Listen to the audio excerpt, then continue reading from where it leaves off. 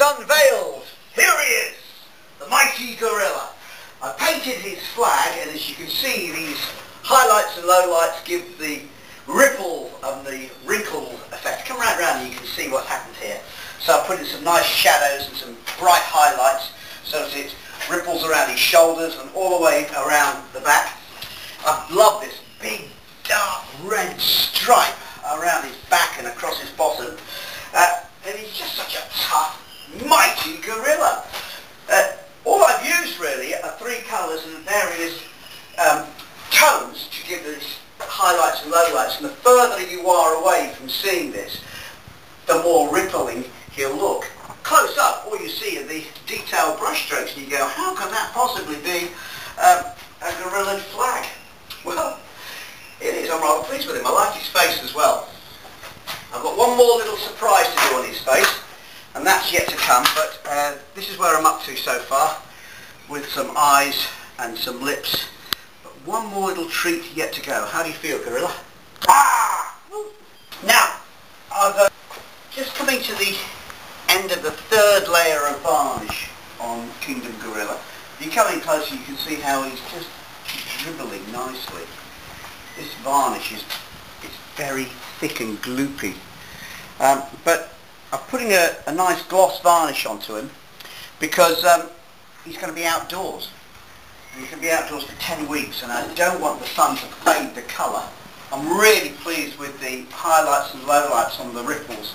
He's really nice. I'm really pleased with him. He's still wet. This takes about 3 to 6 hours to dry between coats. It's got 3 coats on it, so it ought to be enough.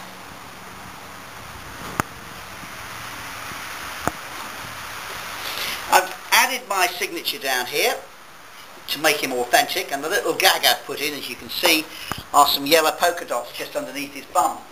Kingdom by Mallet. That's me, with a yellow polka dot on him. And you come up here, and all the light on him adds those extra little reflections. Yep, this colour will stay there forever. And each day I've looked at it, I've been altering it. So the face I did with face paint, and I used my thumb, and I just did just the top of his face to begin with, and then I extended it a bit and a bit and a bit down here.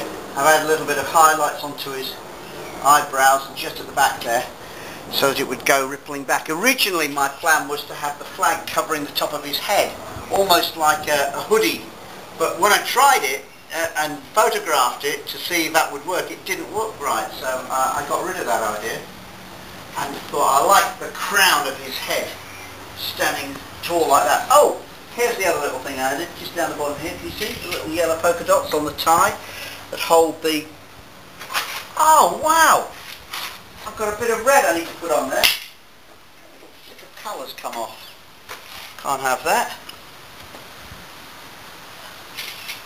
There we go. Right.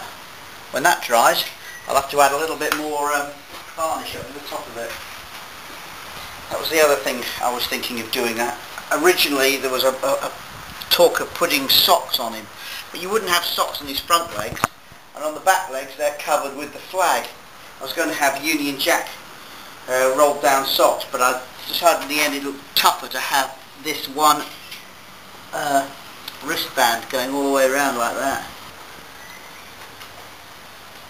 Okay, I'm going to put a bit of varnish onto that bit I painted.